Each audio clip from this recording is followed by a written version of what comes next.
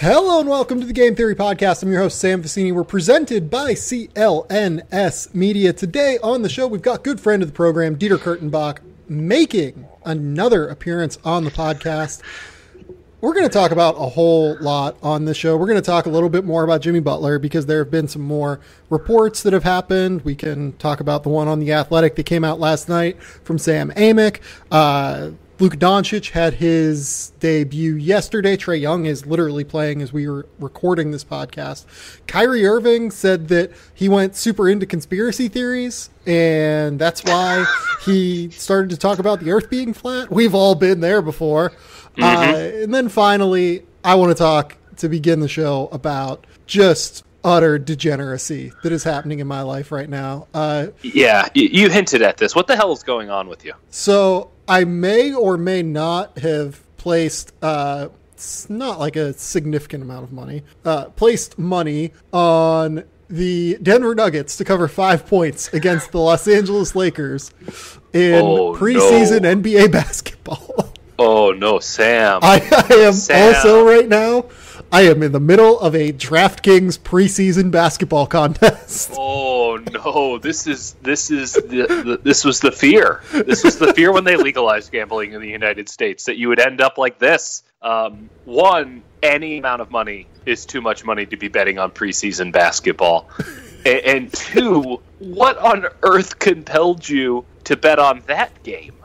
My theory was that Denver is deeper, so I figured LeBron would only play 15, 20 minutes, which ended up being proven right. He didn't play at all in the second half.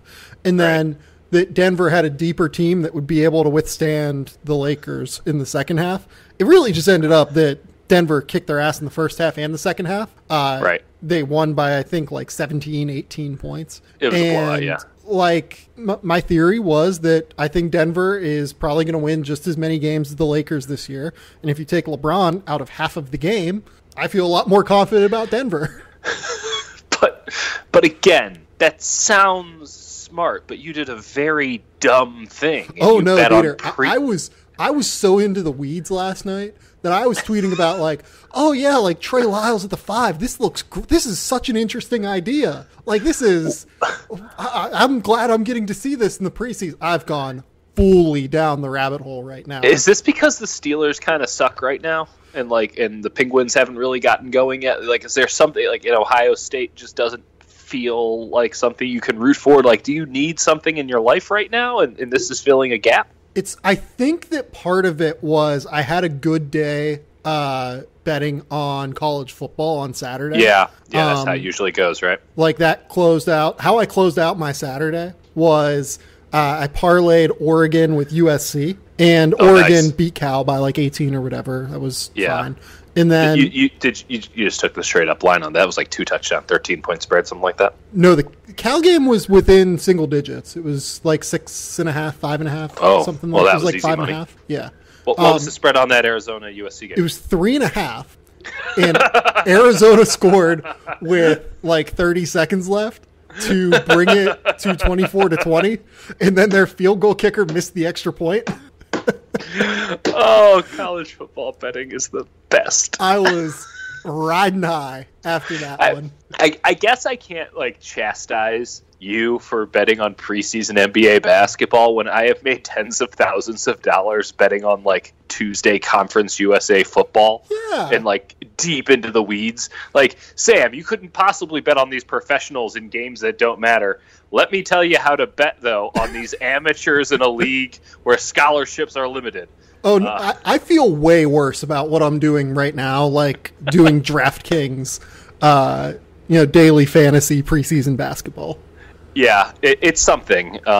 Hopefully, I guess there's no clear indication that the regular season needs to get here faster just to justify you're not going to change. So hopefully everything around you changes, because clearly you're beyond help at this point. If I can change, you can change. Everyone can change. Here's the thing. I mean, really, this is just a weird passive-aggressive way to be hey, DraftKings, sponsor this podcast. Speaking of sponsors, we've got two tonight. They are Hims and The Athletic. Go subscribe to The Athletic. We'll talk about them a little bit later on in the show. Actually, we're going to talk about them pretty quickly at the top here, because the first thing we are going to talk about is this whole thing that is happening with Jimmy Butler.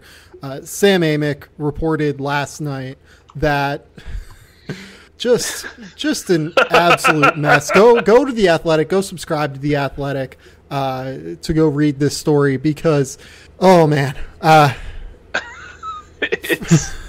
This is everything that my conspiracy theory. I was pretty deep into conspiracy theories.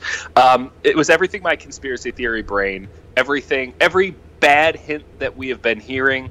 I immediately took it to the worst possible place in my mind, and guess what? It's worse. Yeah, so Jimmy Butler and his representatives are frustrated with Minnesota's handling of the talks because, and this is a quote from Sam Amick's story, again at The Athletic. Go subscribe to The Athletic. I have a code to give you in a minute here. But what a quote. Oh, man. They are saying that Minnesota's asking price is far too high for the player that is a literal max player that they are going to try and go back onto the market with next summer and price as a max player. His reps are saying that the price is too high. Inter-team communication, this is something that Woj reported a while ago. It's something that you hear around the NBA if you talk to folks as well. Inter-team communication has been an exercise in futility, and the counteroffers that the Timberwolves have provided are, as Butler's side sees it, downright delusional. That was the quote I was sitting on. The downright delusional. Glenn Taylor sucks at this. He's really, really bad at this.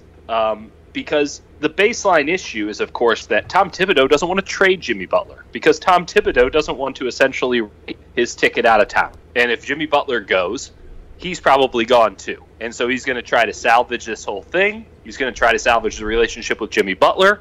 That's not going to work, but he can at least pretend. He doesn't have to do squat. He doesn't have to trade him. The ownership wants to trade him. I still believe that Karl Anthony Towns was told that, hey, if you sign this, we'll get rid of Butler, everything will be A-okay, and probably Tibbs is gone at the end of the year. But those things aren't working out in the order that they said they would. This is so bad. It's so bad, and it's a lot of the stuff we said the last time I was on the show, like just the incredible futility. The buck has to stop somewhere. You can sort of justify why Tom Thibodeau is in the position he's in, why the handpicked general manager is in the position, like why everyone's acting the way they are. Why Glenn Taylor isn't just putting his foot down and saying, this is happening. He's clearly shown no issue in stepping into basketball decisions before, big basketball decisions before. Why he isn't getting everybody on the same page, whether they like it or not, and saying, we're getting Jimmy Butler out of town. Obviously, we have to make a good decision and get some good players back, but you're never going to get full value for a player like Butler, especially in the situation that he's in. You're lucky if you get 50 cents on the dollar. But why he hasn't stepped in and done anything is just beyond me. It's bad ownership. So I will say this about Glenn Taylor. I think that he is in now, because of the way that this story has been reported in many ways, kind of in a no-win situation almost, because either he's going to be seen as the tinkering owner. The only way he wins is if he absolutely just murders a trade. If he's the one who negotiates it and they get somehow like 75 cents on the dollar for Jimmy Butler. That seems difficult to me, but if he does that, that's his winning side, and I feel like that's a low percentage opportunity. There's no win here. I mean, where's the win? The entire situation is fucked. Right. There's no win. If he does that, that's a win. But otherwise, he's going to be seen either as the meddling owner or the guy who let Tom Thibodeau do what he wanted with Jimmy Butler. So it's not a good scenario for him at this stage, and I don't really envy him. My problem... I disagree with that, but we'll get into that later. My problem is... And look, like, I'm not saying Glenn Taylor's a good owner. Like, he's... No. For years, I'm not trying to take it down any bigger than that, but, like, if his two options are either he's the owner who comes back in and meddles and makes a bad trade, or he's the owner who let Tom Thibodeau do whatever he wants, like, he literally only has two options, and they're both his fault. So, like, do I feel sorry for him? No, he made his own bet. He didn't have to hire Tom Thibodeau, and he could have gotten in a real general manager instead of Scott Layden. Sorry, Scott Layden, but like we all know who you work for. who could make these decisions separate from Tom Thibodeau. Instead, he handed over control of his entire organization to Tom Thibodeau, and now it's like, well, it's that or he lets Tom Thibodeau do what he wants. Like, you don't sign away. You don't sign it away if you're not willing to ride with what's going on. It's bad. It's bad.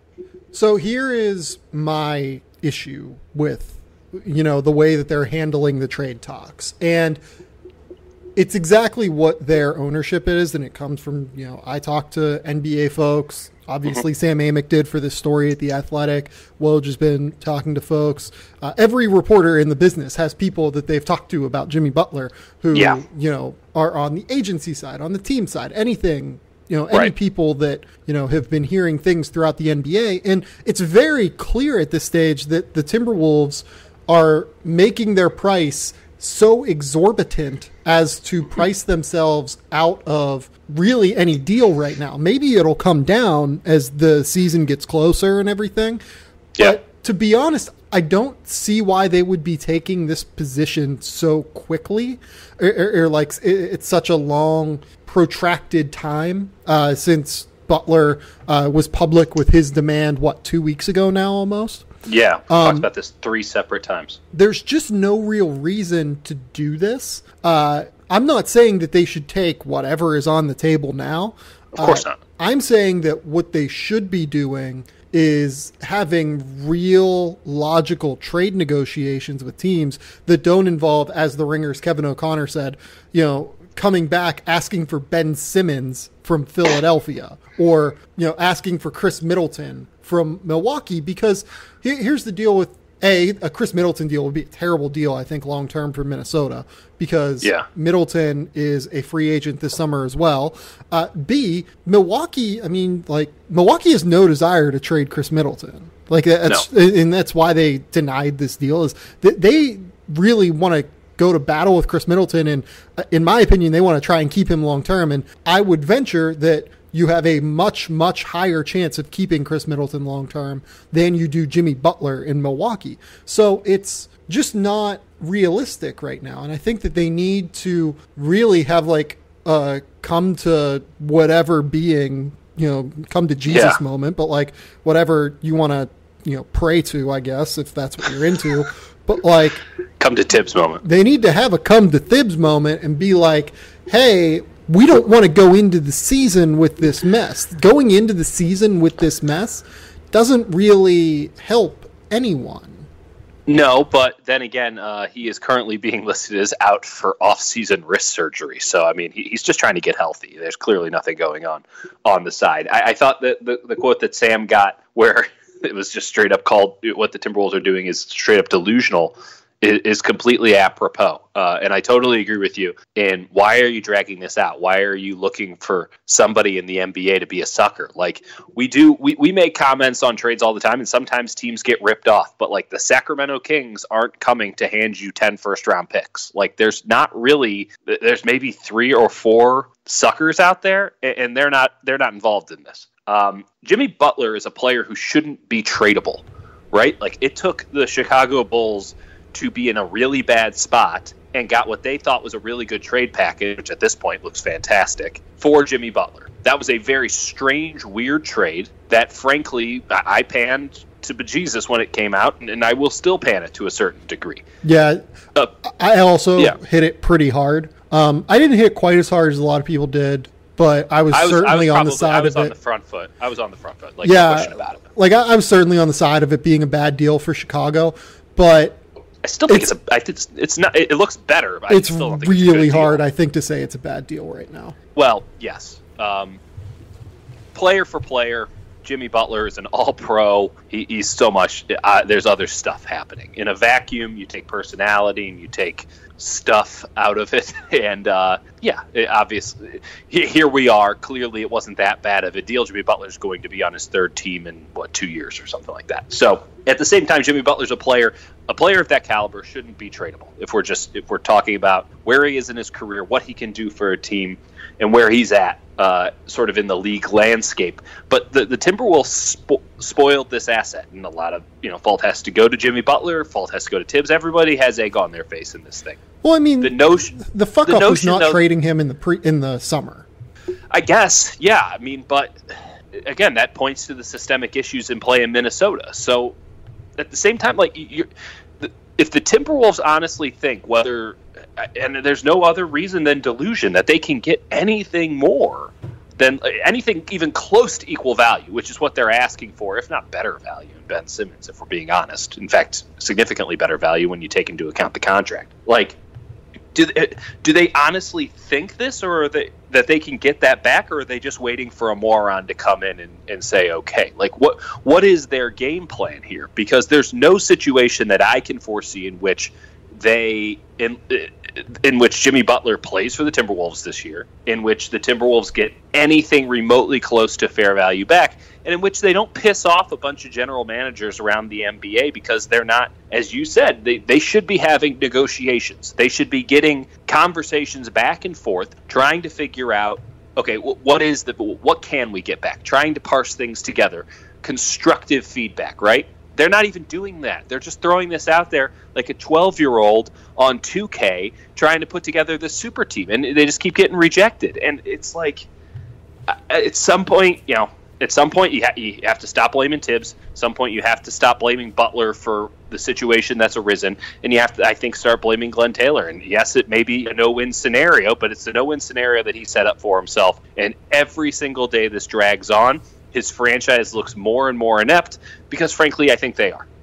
Yeah, so, look, I mean, it's hard for me to see how this organization goes forward with Jimmy Butler on the roster within the next 2 weeks. We'll see how it goes from here on out. And, like, the other thing here is, too, that we've got, like, some Minnesota Timberwolves fans, like, starting to, rebel a bit against the common conception that that the Wolves are handling this poorly. Like, some people think, oh well, the media is doing Jimmy Butler's we're carrying water for Jimmy Butler. Yeah, like doing Jimmy Butler's representations work for it. I mean, here's the deal: to a certain degree, if literally every person around the media is saying the Wolves are fucking this up, that's like it's kind of obvious that that's the scenario here. Like, the Wolves aren't even actively fucking this up. The Wolves have fucked this up now for years, and this is all the chickens coming home to roost. Like, there was no... In fact, it seems crazy that we imagined a scenario in which there could be a competent divorce between these two parties, because everything that was built up to this moment was dysfunctional. Yeah, I mean, and it was never going to be positive. What's the best case scenario? Well, I don't know. I don't know if it was dysfunctional from the start. You have a chance here with Tom Thibodeau and young stars or potential young stars. That's fair. That's fair. But it was pretty clear early on that Tom Thibodeau wasn't the right coach for this team.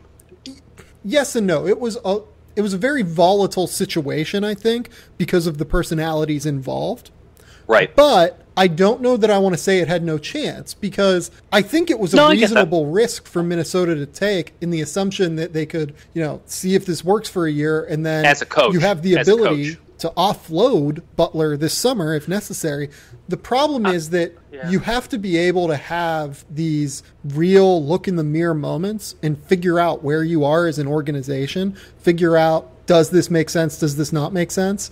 Do we need to... is Jimmy a chance to stay in Minnesota long-term? Is he going to leave long-term? And if the answer is that he's going to leave long-term, and you have these young players that you're so interested in developing and fostering, and Karl Towns and Andrew Wiggins, to a lesser extent, Josh Okogie and Keita Bates-Diop, and whoever else you want to name that's on this roster who you think can be a long-term piece.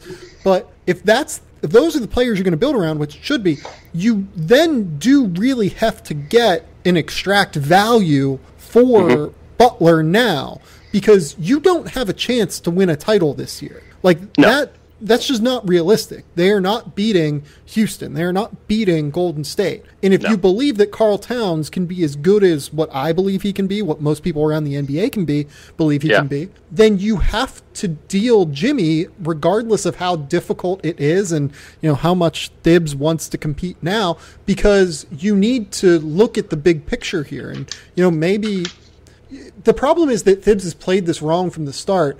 Thibs should have said, you know what, we tried Jimmy for a year. It went great. He wants to leave now. So we've got to do what's right by us and get the best value for him because we have these young pieces on our roster. And we think we can build around these long pieces. That's where they screwed up from the start here. And the earlier one, I mean, and it shouldn't have reached this point. It's almost one of those things that you need to piece together the story memento style on why Jimmy Butler's no longer on the Timberwolves after he's traded away. But instead, we have all of this drama being put out there. I don't see a resolution here. If Tom Thibodeau Tom Thibodeau is clearly still running the basketball operations department. He is still. He's not going to trade him. He's not going to trade him unless he gets a player of Jimmy Butler's value or better back, which means he's not going to trade him because no one's going to provide that in return. What is the best case scenario here? Is Thibodeau trying to get fired? I don't think so. I don't think so either. But it's a pretty clever way to do it. I think he wants to win too. I don't disagree with that, but that might be a fancy way of saying I'm not going to individually sabotage myself, and if you have a problem with that, you can fire me. Yeah, man, I don't know.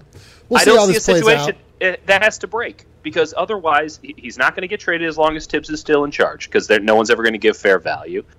Tibbs seems to not. Clearly he's played it out this long. He's willing to wait it out a little bit more. Glenn Taylor's not going to do anything, and Jimmy Butler's not going to show up and play for the Timberwolves.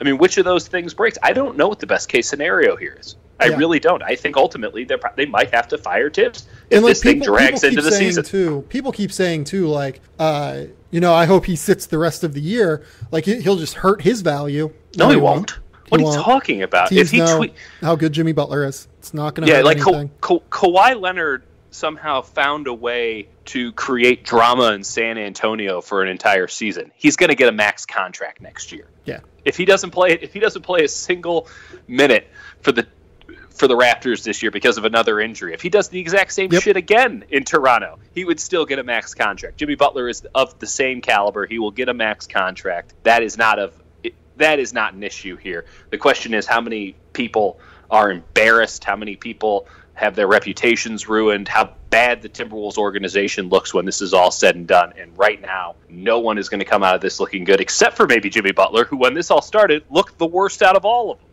Yeah, and he's doing it right now at a time where rebelling is being looked upon differently by athlete rebellion is being looked upon differently, especially in light of the Earl Thomas situation that just happened over the weekend where he broke his leg after deciding to return to camp. By the way, love the fact that he flipped the bird to his own his own sideline. But it is different. Like I totally understand where that's coming from, but in the NFL the players don't really have rights. Like what was Earl Thomas going to do? And they could franchise tag him. They could do whatever the hell they wanted. The teams have all of the control. The NBA is the ultimate players league. Jimmy Butler did what a lot of players have done now recently, which is just say, get me the hell out of here. I don't want to be here and do something about it. But I think he might have overestimated the competence of the Minnesota Timberwolves to realize, well, we've lost and let's try to cover our asses here and get the most that we can. Instead, it's Dysfunction City, Delusion City. Yeah. It's. I think Tibbs gets fired off of all this. I mean, honestly, that's I don't know when, I don't know when he gets fired, but this is definitely more likely moment where I think he ends up having departed. Like people will look back at this moment as being the reason that he departs. It's an inevitability at this point, and it's frankly I believe to never prolong the inevitable, and I say that all the time. But clearly, the Minnesota Timberwolves don't believe the same way. It's expensive to do that, so I don't know that I would. It's going to be how much more expensive is it than having your entire organization be looked at as a laughingstock for an entire year? I don't know if they'll be looked at as like a total laughingstock. You're going to have to pay him either way. But, You're going to have to pay him either way, and all he's doing is torpedoing your shit. Yeah, it's hard. It's hard to say right now. But look, I am going to give you a real quick rundown on The Athletic because that's where this conversation started with that great Sam Amick story over at The Athletic. I work there. I love it. Obviously, I'm biased about this. I am a huge Athletic supporter. For people who aren't really familiar with where I work, it is a subscription-based publisher of smarter sports coverage for diehard fans. The model is simple. no ads, no pop-ups, and no autoplay videos. Instead, readers are going to get this incredible, authentic, in-depth coverage written by journalists who know their teams inside and out, who know the players inside and out, and can give you information that you're not getting elsewhere. Coverage, it's not just game recaps. It's not just trade speculation, although I certainly traffic in a lot of it. It's going to provide smarter analysis and a deeper perspective about teams and the league.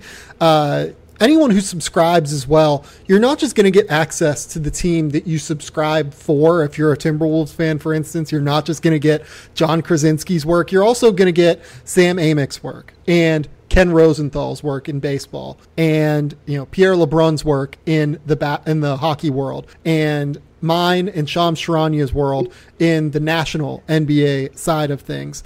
There are between 650 and 700 news stories published every week across all sports. And if you saw how often we're going on hiring sprees, that number is rising every single day. The best way that you can help support this podcast is to go to theathletic.com/game theory. That's GAMETHEORY.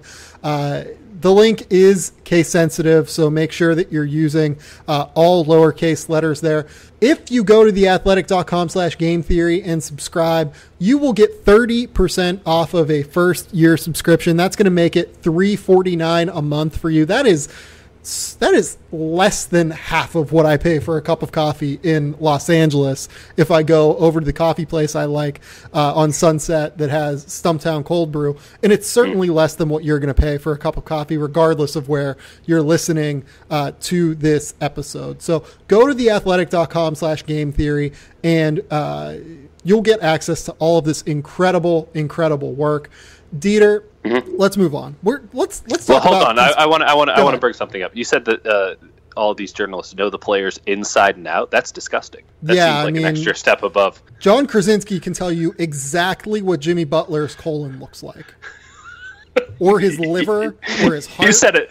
Yeah, everything he knows. Let's talk about Kyrie Irving getting real conspiracy theory because, of course, I can't think of a better way to transition from the conspiracy theory that is John Krasinski knowing Jimmy Butler's insides. You just keep digging deeper. No, terrible wording. That's what it's all about. It's what it's all about here. Okay, let's go over this. Oh my God, why? How? Kyrie. So Kyrie was speaking at Forbes's 30 under 30 thing, which Kyrie, smart guy, totally understands why he was there. Charisma coming out of the ears. So he was asked, "You've been coy what you really believe, so I'm hoping you'll clarify here. Do you or do you not believe the earth is flat, or do you not know?" Mm-hmm. Kyrie, that's what I'm asking you. No. No, come on, Kyrie. You gotta stop doing shit like that. Can you openly admit that you know the earth is constitutionally... Or no. This is from June. I'm sorry. This is not what was said here. This is not at the Forbes. The Forbes thing was, hopefully after this I'm done answering these questions. At the time, I was huge into conspiracies, and everybody's been there. Everybody's been there. Like, yo, what's going on with our world? You click the YouTube click, and it's like how deep the rabbit hole goes.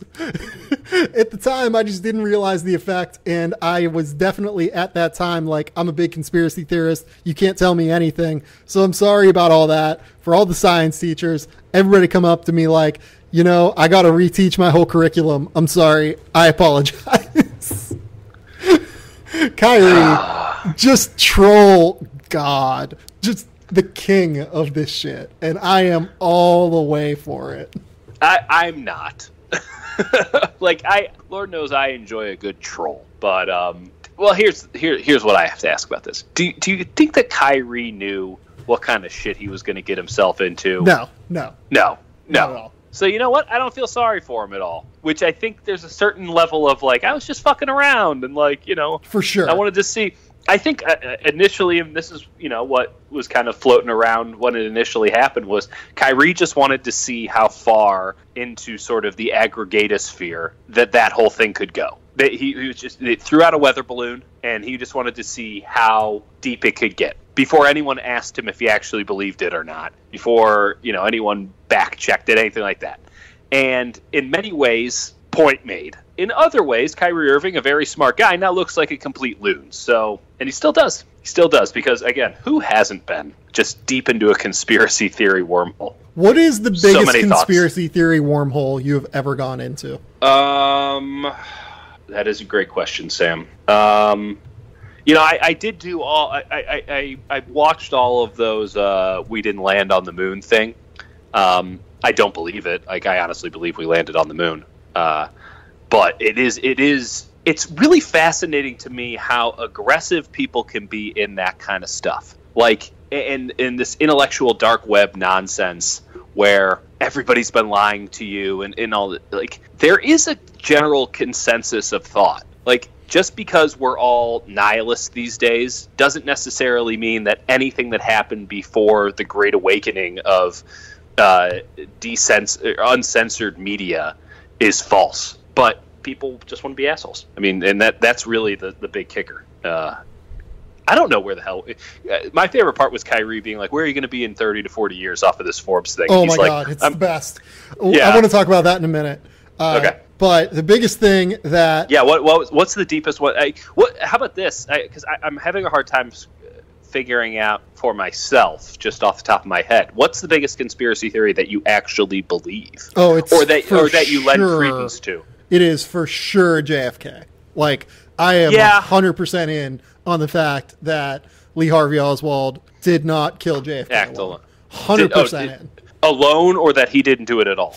I think he probably was in there somewhere. I think he was probably involved in some way, but I do not think he was the mastermind behind it, and I do not think he was anywhere near being the main person involved. That's fair. I do find it funny how all the best conspiracy theories happened in an era where technology was pretty damn good, obviously, compared to where it was in the past, but not good enough yet to where, stuff could really be figured out. Like, the age of true mass media, where the only media was mass media, that's really when a lot of the conspiracy theories were really living in their wheelhouse, the 60s and the 70s. And it's funny how that, kind of fell apart as soon as everybody was able to kind of figure out stuff on their own. Well, now we got chemtrails, man. Yeah, man. I will say this, too. I don't know if I believe in, like, Area 51 and Roswell and all that shit. Well, how about that? I'll ask you this straight up. Do you think aliens exist? I think, yes. I think aliens exist. I used to believe that. I am now convinced fully that aliens do not exist, and in fact that there is not life anywhere in our known universe. All right, now you're going to have to... We're diving into the Kyrie hole on this one. No. Wouldn't it make way more sense first off, just think about the human centrism of all, like, well, we're life, so therefore there has to be life somewhere else. Like, this is one preposterous calamity that is compounded upon itself trillions, gazillions, googlizillions times over and has created us. Like, there's no circumstance where shit like that's going to happen again. I mean, not even just on a planet such as, like, life is not normal. Like, this isn't the way that things are supposed to work. We have 7 other planets in our solar system. There's nothing even remotely close to life out there in the universe. And then the notion that aliens exist and that they would be, like, coming by to, like, see what we're up to. Someone the other day I saw on Twitter would be like, aliens coming by to check on Earth is like you flying to Australia to step on an anthill. Like, why the hell would you do that? What a waste of time that would be. It's cool. I love alien movies. They're my favorite movies. But come on. I'm all out on aliens now, which for a long time I was all in. Yeah. No, I don't know if I buy into, like, the fact that there are, like, government conspiracies, hiding the existence of aliens. Like, I am not into the X-Files rabbit hole, but no. I do definitely, like, I'm not sitting here thinking there are a pair of sunglasses out there, like in They Live, that tell you, like, where all of the aliens are. But I think there are aliens. I do. You know what aliens don't need, though? What? They do not need hymns. If there it is. Looked at a photo of yourself from 5 years ago and thought, damn, I looked young. What happened to that guy? Where'd all those wrinkles come from? You're aging in reverse. Or you're just human, That happens. But hey, here's the deal. Some things get better with age. Wine, a nice single malt scotch. Jimmy Butler holdouts. Jimmy Butler holdouts, they get better. But men don't do nearly enough for their skin despite all that it does for them. Soap and water are just not enough to prevent aging. But there is something you can do in the fight against aging, and it's staring you right in the face. Forhims.com, a one-stop shop for skincare, hair loss, sexual wellness for men. Hims' anti-aging kit is a custom prescription cream tailored to your skin that can keep your skin looking youthfully smooth by reducing the appearance of wrinkles and fine lines. The secret, it's not a secret, it's tretinoin, and its results are backed by science. You can renew and restore skin by increasing collagen, the protein that helps your skin firm. It takes seconds to apply, and it's the same treatment celebrities use to help keep their faces looking young. Here's the deal. It's your skin. Do you want to be a face in the crowd, or do you want to be the face in the crowd? If you order now and save $20 off your first month of Hims anti-aging kit, lock in those looks now and get your first month of anti-aging for $20 off. Go to forhims.com/theorysc.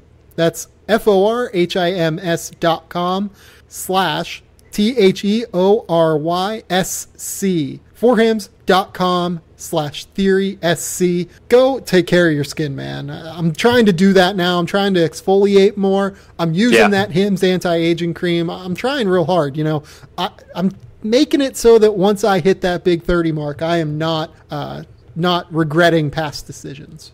Oh, I regret everything. I just turned 30. I literally regret everything I've ever done. Oh my God. It's terrible. It's terrible. I'm going through conspiracy theories here.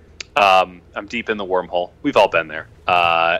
There's some pretty interesting ones in here. Nothing though that jumps out, like flying saucer at Roswell, NASA fake the moon landings, the Illuminati and the New World Order. That seems to be one that's hot these days. I like the Jesus conspiracy, where he married Mary Magdalene and they had children, and those descendants live in the south of France. Yeah, that's an interesting one. Princess Diana was murdered. Elvis faked his own death. Here's one that I've gone pretty into is the Beatles and the like Paul McCartney deal, where like Paul died like years ago, and like they have these records that say like Paul is dead if you play them in reverse. I don't believe that shit at all, but I've gone deep down the rabbit hole of anything like that. The newest one that I've seen recently that is like funny is Meghan Markle a robot? Oh, that's a good one. I like this one, and this one I actually believe. I didn't see it yet. You've seen it. And I think we talked about this off air, that Hannibal Buress was not actually in the movie Tag. Wait. That he was green screened in after the fact. Kind of like Henry Cavill's mustache getting gone? Yeah. That essentially, so are you familiar with the notion of punch-ups? Which is they make the movie, typically an animated movie, and it's not funny enough. So after the fact, they'll have somebody read lines that happens way off camera that no one can see, but they'll say something funny, like in the Patton Oswalt joke is, "Oh, I just fell into a bowl of soup," and no one ever sees it. The theory is that the movie, which I have not seen, but I hear is not good. I have seen it. It is correct that it is not very good. That it was not very good, and that it lacked, let's say, a black guy, and just it was very generic and homogeneous in its jokes. And they said, and its skin tone other than Hannibal Buress. Right. Well, in which case they go, "Oh man, we kind of messed up on this. It'd be funnier if Hannibal Buress is in this. Hannibal Buress makes almost everything better. What if we got Hannibal Buress to do this?" And how Hannibal Buress is not in any of the scenes where the actors really interact. He just sort of shows up and he's green screened in. This is the theory. He's essentially a human punch up for an entire movie, and I'm almost too afraid to watch it, because I don't want to I don't want to believe one way. I just want to continue to hold on to this notion that he was in fact green screened in, and I want no evidence, any way, shape, or form, to disprove that theory. That's my new favorite conspiracy theory. We can talk about basketball now. That's a wild one. I love that. Yeah, that is. We're not going any further than that one. That one is deep enough in the rabbit hole where I'm comfortable with it. The next thing that we wanted to talk about was Luka Doncic. Luka had his NBA sort of debut. They played the Beijing Ducks, and people are melting down because they've apparently never watched Luka Doncic play basketball before. So, like, he did nothing new that, like, people who have watched him have He looked good against a team from a league renowned for its lack of defense. Yeah, I mean, look, I am. We're all high on Luka Doncic. Luka, I think, was playing at half speed that entire game, by the way. So if you're excited now, just wait until he actually starts running and not doing crossover dribbles like an early version of your My Player in 2K. I will say this. They might not look super different. No, I know, but I'm giving him the benefit of the doubt because he didn't look like he was trying very hard. Yeah, I mean, he really did not look like he was. No, I out there. Yeah, it certainly didn't look like Eurobasket. It's you know what? Let him have it. Let everyone get really excited and have a fun old time talking about the Beijing Ducks, a team that I did not know existed until I saw Luka Doncic drop one on them. Isn't that Steph's team, Stephon Marbury? Oh man, I couldn't tell you. Clearly, I think the Beijing Ducks are Stephon Marbury's team. Is he still playing? I mean, he didn't play in that game. I watched a good portion of that game. He clearly was not around. I also think he's like 44 years old, so that would be kind of weird if he was. But China, they plays for everybody. Yeah, no, he retired last year. I think it looks like. He definitely did not play in that game. That's 100% right. But yeah, he played with the Beijing Ducks for like 8 years. Yeah, and I'm an astute observer. I did not notice there's no Stephon Marbury in that game. Everything else does not matter. You know who was there though? Who? Justin Hamilton. Yep. Did notice Justin Hamilton. I believe he got crossed up pretty bad. By Luka Doncic. That was Justin Hamilton who got left in the dust by Luka. Justin Hamilton, who now is a naturalized Croatian citizen, I believe. So is he going to play for like the Croatian national team? He'll try. Is he good? Is he good enough to play for the I actually Croatian don't know if he team? is. Yeah. That's actually a good question. The Chinese league, I know, will provide some decent money, but it's not good. It's not a good basketball league. So, like if he was playing for Real Madrid or something, I'd be like, oh yeah, that probably stands a chance. Like that, there's a level of cachet that's associated with certain teams in Europe. Not so much in China. I think he might also be playing with, I think Shavlik Randolph is supposed to be on that team. Oh, wow. Hey, again, get your money. No complaints about that, but I mean, it's not as if it might have been Shavlik that got crossed. I don't know. I have no. It's not as if no people idea. are. Listen, like we can talk about shaming people for getting really excited about preseason basketball, but it's not like they're betting on it. Hey there, that's a little close to home there. Come on. Yeah, no, it was a direct shot across your bow. Just saying.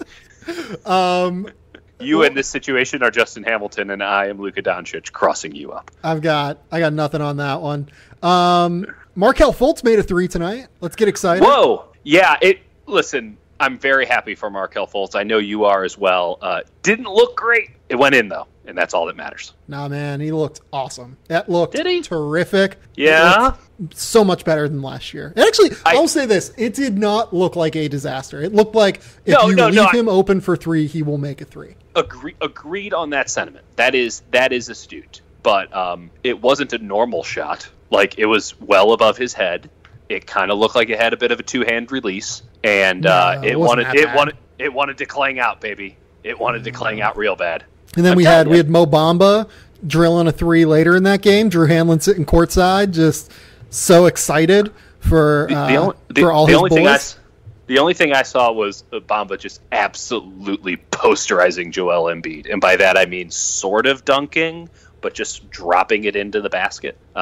He's a very long young man, and so is Joel Embiid. I am excited for Mo Bamba. Like, clearly there's something there, but like, I don't know. He feels like he's got a little bit of an extra spark, a little bit of an extra oomph, which might just be what that Magic team needs, because, hot damn, they can be pretty boring across the board. And if he has a little extra pizzazz to him, that could maybe pull him out of the perpetual state of mediocrity or worse. Yeah. I think Klay Thompson said that he wants to re-sign with the Warriors. That's exciting, right? Klay Thompson doesn't want to move in general. Like, Klay Thompson is a man who does not care for change. And I've said this before, I'll say it again. The Warriors players understand that they have a chance to do something special, and not in this hyperbolic sense of, what's special. Like, they can be the best team since the Russell Celtics if they stay together. Like, that's incredible. Yeah. So they're all in on it. Like, they understand that they caught lightning in a bottle. At the same time, if it ends poorly. And right now there's no reason to believe it will end poorly because vibes are good. Everyone seems to like each other. Warriors have the money. There's no issues. But, man, if it goes bad. And the last guy that I think it's going to end up going poorly with is Klay Thompson. He's just the easiest dude in the world to get along with. And, yeah. And the way to transition here into the last thing, because we did want to talk about the Lakers before we dove into my degeneracy. So Kyrie had another quote from earlier today. Oh, yes. This was the best part. I'm all in on what Kyrie said here. Yeah, Gary Washburn just tweeted this out from the Boston Globe. It felt great, Kyrie said, matter-of-factly, of the shot.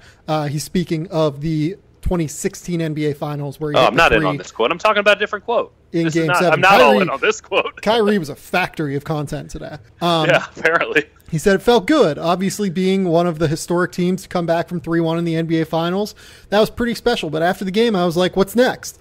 Like, this was cool. This was nice. But I didn't even realize how big the shot was because it's in my DNA to get riled up. But at the end of the day, I just wanted to hug my dad, hug my sister, and I was ready to move on. It was a weird point in my life at that point. So I was like emotionally, I wasn't as invested as I should have been to enjoy it and at the magnitude of it. To enjoy it at the magnitude of it. That's a strange way. Yeah. I think I get what he's laying down. Yeah, Kyrie is like, I was checked out and I made a 3. I can appreciate not being able to grasp the magnitude of his shot. In fact, I was in the arena that night. It was all very much a blur. It was pretty crazy, all things considered. And the fact that anyone seemed to make a shot at the end there is still completely baffling to me because both of those teams sucked. Like, he's saying, though, that he was emotionally checked out at that stage and was ready to move on because he was just done with the Cavs. Yeah. Didn't he play another season for them? Did he? That was the 2016 NBA Finals. Last year was his first year with the Celtics. Seems to be a year missing there. It's bizarre. No. This is his second year with the Celtics. Yeah, last year was his... Yeah, it's not his third. You're right. It's not his third. Right. Yeah, he's an interesting cat, man. I liked his part about how he's just going to go live off the grid in Texas or something. Yeah, we need to talk about that. I forgot about that deal. that was my quote, and it's like, hey, man, maybe Kyrie we can get you off the grid a little bit right now. This one from Nicole Yang from Boston.com. Kyrie on 20 to 30 years in the future. I don't know if you guys will see me. I'll probably be in 800 acres in Texas in the middle of nowhere, off the grid in a self-sustaining community, just living with no power. Like, this is fun and all, but technology is just killing me, man. Clearly. I once wrote a story when I was in college about a bunch of guys who lived on a commune, similar to what I imagine Kyrie is imagining. And they played Ultimate Frisbee, shocker. And they were the worst smelling people I've ever been around. And have you ever been in like a hockey locker room? Like an NHL? It's terrible. Yeah. Anytime I mention a hockey locker room, my eyes water up a little bit. These guys had the power of 10 hockey locker rooms. Oh. The level of sour was enough to overpower a Warhead candy. It was really quite incredible. So I think it'd be hilarious if we got some cameras and videotape Kyrie Irving hanging out with one of those communes, because I do not think that he would like it as much as he thinks he would like it, which seems to be a Kyrie Irving trait. Yeah, I cannot imagine that. But Kyrie Irving, from making that shot in the past with the Cavs to LeBron James here, let's finish with the Lakers. We'll get out of here in a quick hour. I'm shocked with us, by the way. Did you watch any of this Lakers game last night? I watched a smidge, and I certainly caught the highlights. You can see some stuff there. it'll be the thing that I'm most interested about, and perhaps this is a harbinger of things to come, is how much the Lakers are planning on using JaVale McGee, which is something we probably could have pieced together just looking at the roster on paper, but yeah. Then he played like 25 minutes in their first preseason game, and you go, oh yeah, that thing we were thinking was going to happen, that's definitely happening. Especially early in the season when they're probably not going to want to run LeBron at the 5 too much, which is something that is likely to happen considering their center depth. So JaVale McGee, key player. If they make the playoffs, I think they'll play him at the 5, or if they need to. But LeBron or JaVale? LeBron. I think they're going to play JaVale at the 5 pretty regularly. Yeah, and you know what? It seems Here's like the thing. JaVale's not a bad player. He's just limited in his use, and certainly Luke Walton knows that from when he was coaching the Warriors. It's not the worst case scenario, but it's definitely not the best case scenario. But I did like LeBron's pass to Brandon Ingram. Nice little look pretty good. I'm interested to see more than anything else. I mean, the JaVale thing is one thing, but it seems like obviously LeBron is going to have the ball in his hands a lot and sort of be running quasi point, and that works fine with Lonzo because Lonzo's he could be a spot-up shooter. He's always been viewed as a combo guard. Not so much with Rajon Rondo. So neither of them are particularly good shooters. So no, neither are good shooters. They're confident shooters, I guess is the better way to put it. Yeah, but at least Lonzo's more built for that. I mean, we saw when they would do Rondo and Drew with the Pelicans for nothing else but the fact that they just didn't have enough wings, and it would 9 times out of 10 be Drew playing off the ball, or they would have Rondo sort of be this baseline point guard thing, which I actually thought was kind of cool but not very sustainable. I don't see the Lakers doing that because it seems like they want to be 5 out or high pick and roll all the time. I'm having a hard time. It's so early, so it's stupid for me to say this, but I'm having a hard time seeing how these pieces mesh together in any way, shape, or form early on. I think they could be pretty damn good down the line, but early on there's going to be a lot of rust on these gears for sure. Yeah, I don't even know if it's going to be rust. I think it's just going to be feeling. Yeah, rust is probably the wrong word. Yeah, kind of trying to, not a lot of grease on the gears. Trying to figure out where exactly this all ends up. Trying to figure out how exactly everything is going to work together. It's a weird damn roster, man. It is. It's a weird roster. Very, very strange roster. And then you have to deal with the fact, how hard is LeBron going to be trying? Straight up. It's a good question. It's a very good question. I'm not 100% sure on that one. That's why I'm on the under with them. Yeah. We'll see. We'll see how it goes. I think there's reason for optimism, but also reason to be skeptical. I mean, that's the most optimism. That's the most wishy-washy answer, but they're very talented, but I don't see how all the pieces fit together. You're basically just betting on LeBron James being LeBron James if you're thinking this is going to go well. It's a good bet. Yeah.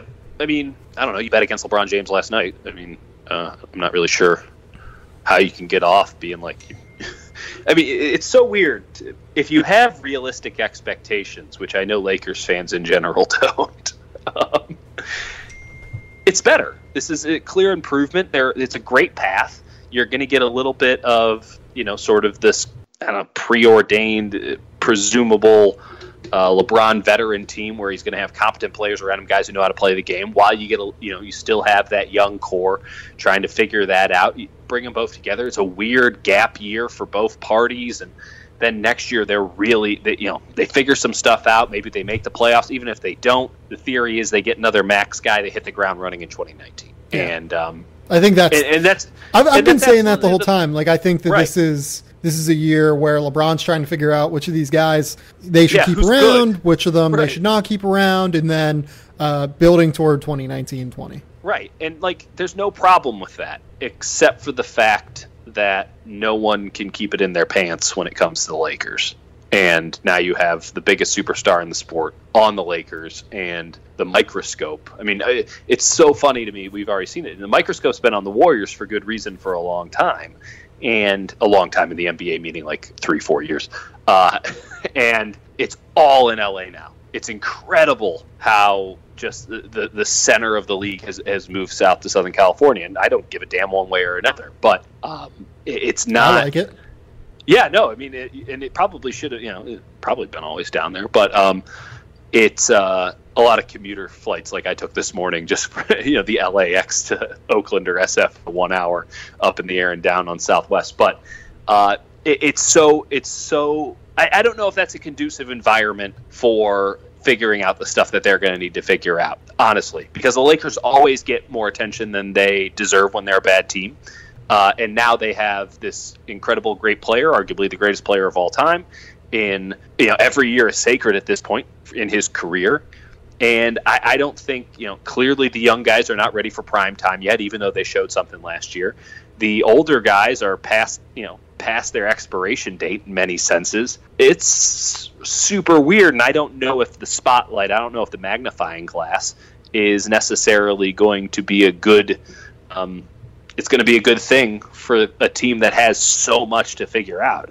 I don't think that there's a very wide variance in their wins. It's pretty much going to be somewhere around 41, 42. Maybe less, maybe more, but kind of around there. But the ways that they could go about getting there, it just seems wild. I can't even venture a guess on how the season's going to go for them. And I'd like to think that I have a fairly decent idea to whatever extent, even in this completely apeshit league, about how it should go down or what could happen. It's weird. It's weird. I like it, but it's weird. So, actual breaking news on this podcast. What we got? So, Shams Charania just tweeted out, hey, shout out The Athletic. Use theathletic.com/game theory. Shams Charania just tweeted out, restricted free agent Patrick McCaw plans to decline his 1 year, $1.7 million qualifying offer with the Warriors, barring unforeseen change. It would allow today's deadline to expire and keep him as a restricted free agent. Mark Spears also reported previous to that it looks like he's also going to decline the 2 year, $4 million offer that the Warriors had placed in front of him. So what are your thoughts on this whole deal? You're up there. I mean, you've thought more about Patrick McCaw than I have, I'm sure. Yeah, I like Patrick McCaw a lot. He's a good kid. His agent Bill Duffy has been kind of playing this low and slow, but it is a very strange circumstance because the Warriors have been sitting there and saying, hey, here's the qualifying offer. We'd be happy to take you back. You'll certainly get an opportunity to prove it. They firmly believe that he's part of their plan for this year. They want to give younger guys more minutes this year. They think that that's a way that they can sort of break the malaise of the year in, year out dynasty and all of the perfunctory performances that the dynastic Warriors core put in last year. Play more young guys. Maybe that will spark something in the older guys. You never know. That's their plan.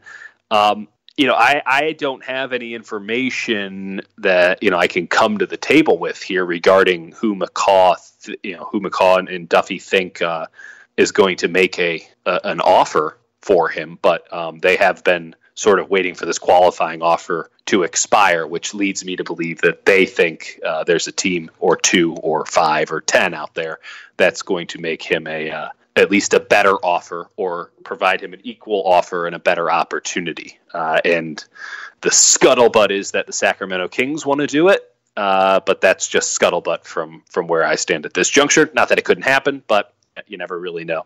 It's been peculiar. The Warriors and McCaw's representation haven't been on the same page or even close to it. Yeah, my thing is, why are you waiting for injuries to happen? Is that the goal? You're waiting for someone to go down and a team needs some backcourt help? Is that the idea here? Kinda. I mean, that's the vibe I got. Obviously, conversations like this are usually pretty cryptic.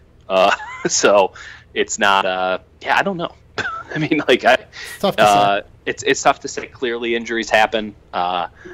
If I was him, by the way, I would just take the qualifying offer. That's honestly what I thought so too. And then it's maybe he wants a little bit more security, in the years, right? Because of that crazy injury he had last year. And the fact that the Warriors had been vocal about, you're part of our plans and we want to keep you around and all that stuff. It's okay, we'll put your money where your mouth is. Let's get a little bit more. Let's get a little bit more security down the line. Even though he did play in the playoffs last year, there are questions on if he's really 100% after that pretty terrible fall that he had. So, here's the other thing, too. If you're the Warriors now, you're waiting until, January to sign him? Something like that, just because Yeah, I haven't even thought that far. You want to reduce your tax bill, right? So if you wait to sign him, you only get a prorated amount of the minimum or whatever on his contract. So you're just waiting to sign him until later in the year now, unless he gets an offer and you have to match it. But like, I don't know. That's a bizarre one. This is this year's very bizarre contract negotiation. Right. Well, it hasn't really been that much of a negotiation. Yeah. I mean, the 2-year 4 thing came up, I think, today. I mean, it might have been up over the weekend, but it didn't come out until this afternoon. Yep. Then he turns that down. He turns down the qualifying offer. So I mean, again, as I said, they haven't been on the same page. It is interesting because the Warriors did sign Quinn Cook to a full guaranteed deal, and he would have been making as much, if not a little bit more, I think, than McCaw. He's making like 1.5 this year. Mm-hmm.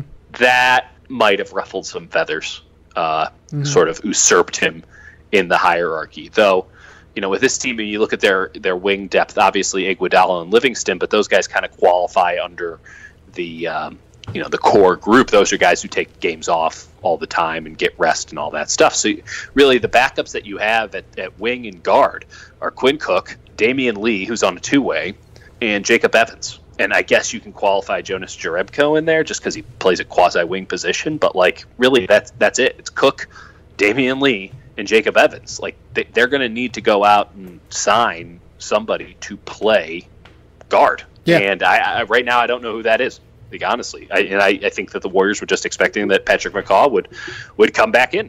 But, maybe it all comes together. Maybe this is the sort of ice that needed to break to really start up negotiations, because clearly they weren't doing all that well beforehand, and the qualifying offer had to expire. Now we can get down to brass tacks. But Warriors are in kind of a tricky spot, and I will always give Bob Myers the benefit of the doubt. But this is strange. It's all very strange. But a couple more weeks, obviously, until the start of the NBA season, and preseason is next to worthless unless you're betting on it.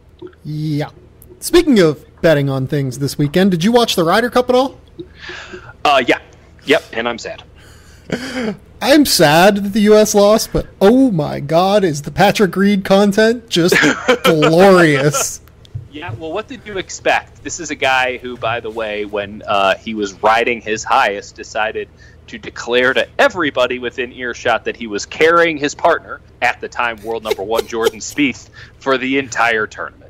Oh my God, I love Patrick Reed, by the way. Oh yeah, I mean, here's the thing: he's such an unabashed asshole. Yes, I mean, and it is such. Listen, we call a lot of people assholes. This guy is like definitive to his core, pure essence asshole. But he the thing is, he recognizes it and like. He almost embraces it in a way. Oh, no, he does. Yeah, but he kind of turns it on and off, too. It's so weird to see him have a positive interaction with any other human being. Like, let me put it to you this way. This is how big of an asshole he is.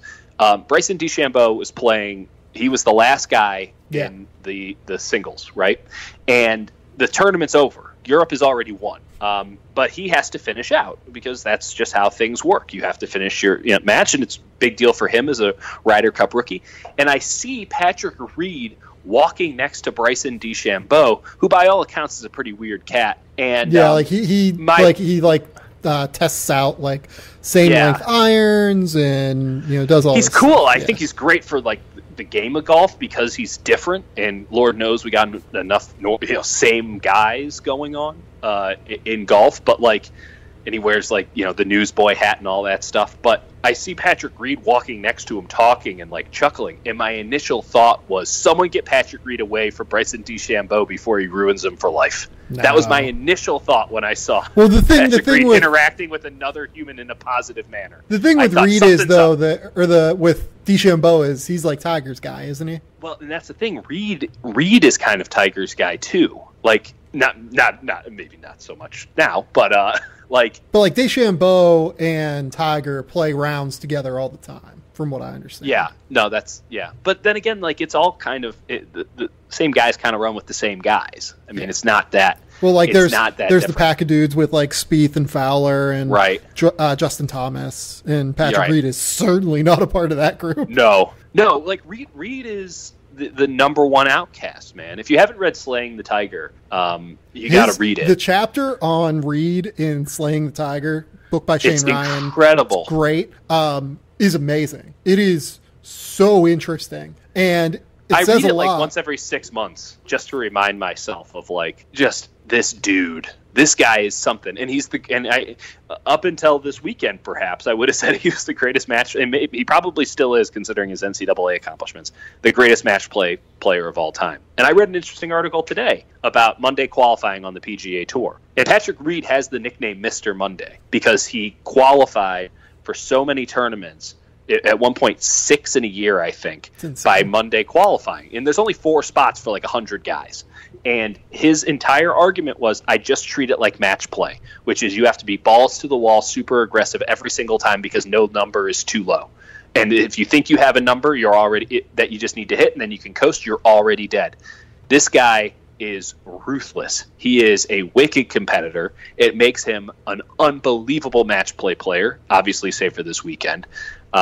He is both the best and the worst. He's great for golf, but only if you're like super into golf. And and so him just totally running over Jim Furyk and this entire team was extremely in character. He took a golf cart and hit Jordan Spieth and Jim Furyk square in the face with it. The issue is obviously, to be fair, like Spieth probably earned it. The issue is obviously with Jordan not wanting to play with me, Reed said in his interview with the Times. I don't have any issue with Jordan. When it comes right down to it, I don't care if I like the person I'm paired with or if the person likes me, as long as it works and it sets up the team for success. He and I know how to make each other better. We know how to get the job done. The problem with this is, so for people who don't know, Patrick Reed and Jordan Spieth, I think they've gone like 4-1-2 in past they Ryder totally Cups. Dominated at Brookline. They've been really good, but the problem with it is that Spieth and Justin Thomas fucking dominated this weekend. They were the only like bright side of this entire Ryder Cup. So like it's hard for me to say that Jim Furyk did this terrible thing pairing Justin Thomas and Jordan Spieth together, especially if Jordan didn't want to play with Patrick Reed, just because Spieth was successful. If he wasn't successful, that would be one thing. But like, shit, man, Patrick Reed, legend. Like, Patrick Reed is so hated that his teammates in college told the team that they were playing in the national championship, "We hope that you kick his ass." Yes. Here's what happened from one non-playing member of the U.S. team who was in the team room all week, and this comes from Mike Cannizzaro from the New York Post. So lock it in. He is so full of shit, the source told the Post on Monday. Blindsided my ass. He begged to play with Tiger. And then additionally, instead, Reed was benched in the afternoon, as was Woods. The next morning, Reed again played with Woods and lost to Molinari and Fleetwood in a match in which Reed hit more balls in the water than a 15 handicapper would. He would have shot 83 on his own ball Saturday, the source said. He totally screwed Tiger. He has no clue how to play team golf. I saw firsthand how bad of a team player he was. 11 players understood the concept of team golf and only one didn't. Unfortunately, that one proved to be too costly for the team to overcome. Oh, man. That is bullshit because the whole team played like shit. But that's shit. That shows how hated Patrick Reed is. Right. And listen, you have an extremely plausible statement there in Patrick Reed begged to play with Tiger. This is a kid who, when he was growing up, would play in pants when everyone else played in shorts in the South because he wanted to be more like he was obsessed with Tiger Woods. This is a guy who wore red a Sunday round of the Masters when he was about to win it, and thinking of the same group as Tiger, just because he's just obsessed with Tiger Woods. So him begging to play with Tiger, very on brand. I'm pissed at Jim Furyk. Like, at Brookside, they completely matted down the course. They turned it into a bomber's paradise. That's the U.S., right? They have all these guys who can hit at 330 on the carry, drive get to the green in 2 in every par 5, drive a lot of par 4s. No finesse, no, ball striking is really, wedging up. And they go and they play on this course, which is a lot of irons off the tees, a lot of 170-yard approach shots, and the team was just totally not built to play that course. They brought the biggest bombers. I mean, there's Dustin Johnson might be the number one player in the world, but he is a guy who thrives. He does not play well when you actually have to play real golf. Dustin Johnson qualified for that, right? Like the top 8 players qualify. Taking Phil Mickelson, though, on the other hand, was a very questionable decision. Bryson, I understand. I actually think Bryson was a good pick. Bryson's the one guy that I'm like, okay, that's a guy who can actually play these courses. That's his game. Yeah, Bryson was fine. Obviously, you have to take Tiger, just because Tiger is Tiger. But he looked tired. For sure. And then it was Phil, and then who was the last captain's pick? Shit. Was it Webb Simpson? No, Webb got the last auto spot. It was Tony Finau. And Finau's actually a pretty good match play player. Yeah, he was a good match play player, and he can bomb it, but that's not necessarily his game. I had no problem with Tony. They got to figure out something when it comes to these courses, because Europe knows. I mean, it was no shock to me that Fleetwood was so awesome during the Ryder Cup. I saw this dude absolutely dominate at the French Open 18 months ago, and then Molinari, who parred his way to a major championship. These are the courses that those dudes are just built for. And the guy who honestly wasn't all that good for Europe was fucking Rory, who plays an American style. Yeah, and he was getting his ass kicked by the course, and it's you gotta bring in some dudes who can actually hit a fucking 6-iron. Doesn't matter though. The legend Tommy Fleetwood. Molinari was awesome. Yeah, I mean between Fleetwood and Molinari, it was over anyway.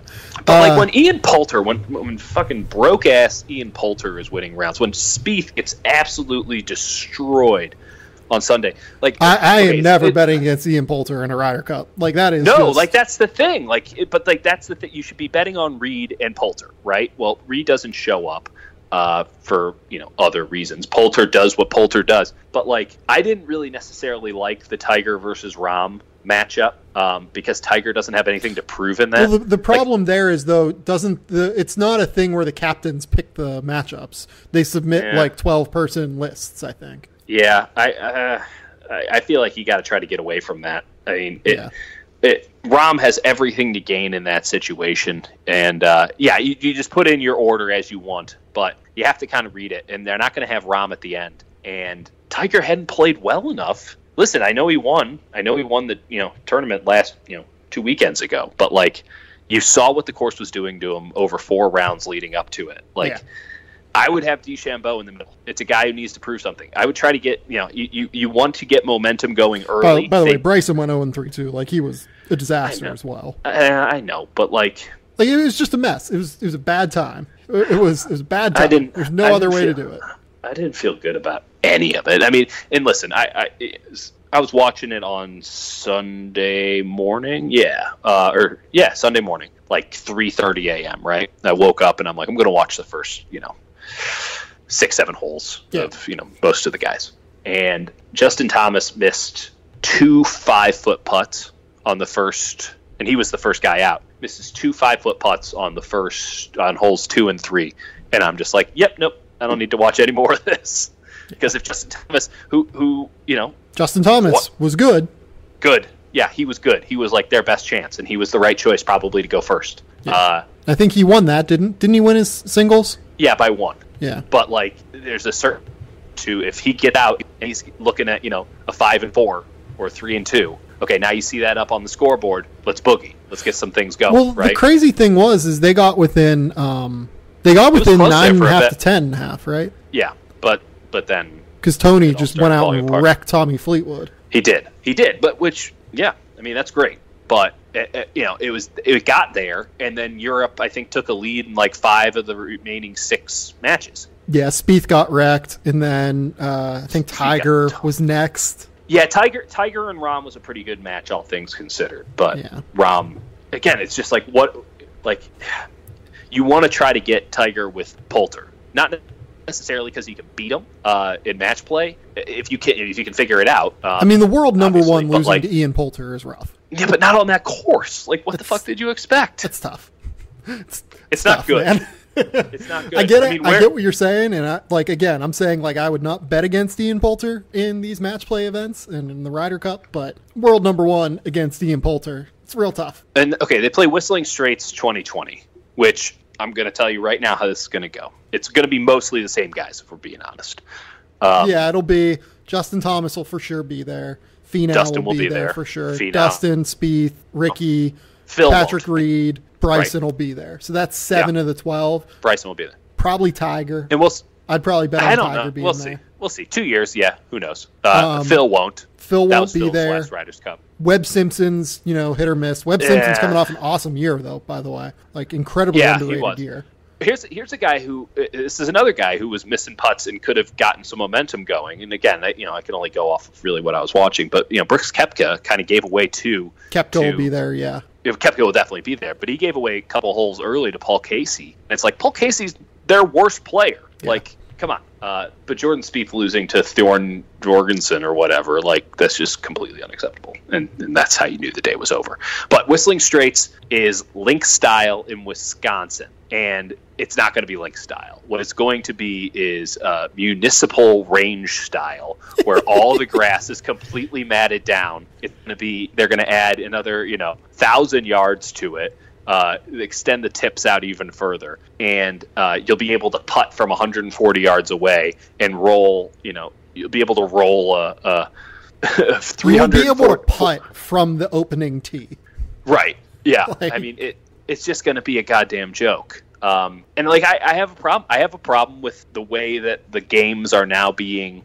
When you don't have a unified field, right? Like, and even baseball with all of its ground rules, it's more or less a unified field. Are we about to get like a very get off my lawn take? No, it isn't. It isn't. It's my point is when you have such a disparity between the American style of golf and sort of the European style of golf, which is obviously built from the courses that they have to play and what's being rewarded on the respective tours. It sucks because there's all the incentive in the world to just exacerbate those qualities on their respective courses, which alternates every 2 years when they play it. So the next time it's going to come to America, they're going to do what they did in Minnesota, which is they're going to make the most American course. And they played at, this course in Paris because it was the most European course. And it's just going to get worse and worse, and it feels very similar. It's almost political. It feels very similar to Congress, and I just don't like it. I wish that they would play the Ryder Cup on neutral ground at some point, so that we could stop sort of pandering to the skill sets of the respective teams and get sort of an intermediary here to find out who the best squad is. Because I think they're just going to continue to alternate the Ryder Cup based on who has home course advantage. So basically, you're giving literally a get off of my lawn take, given the fact that we're talking about golf, which is played on lawns. I literally did give. That's exactly what happened. Oh, I said I wasn't going to do it, and then I walked in. Yeah, no, I need to go work on my self-awareness. Oh no! Dieter, tell the people where they can find your work. San Jose Mercury News until this podcast comes out, and then we'll see after that. Yeah. Oh well. We'll figure it out. We'll figure out your career after that. Thanks, buddy. Go subscribe to The Athletic, theathletic.com/game theory. That is the best way you can support the podcast, as well as going to forhims.com/theorysc. We'll be back later this week. Might do some NBA draft stuff. Keep that potentially on the lookout. I'm going to go watch Tag. Don't. I gotta find out. Don't. I'm telling you, I've watched it. Don't. Like, I love every single actor in that movie. Don't. Oh no. Well, better than rewatching the Ryder Cup. Until next time, we'll talk soon. Bye.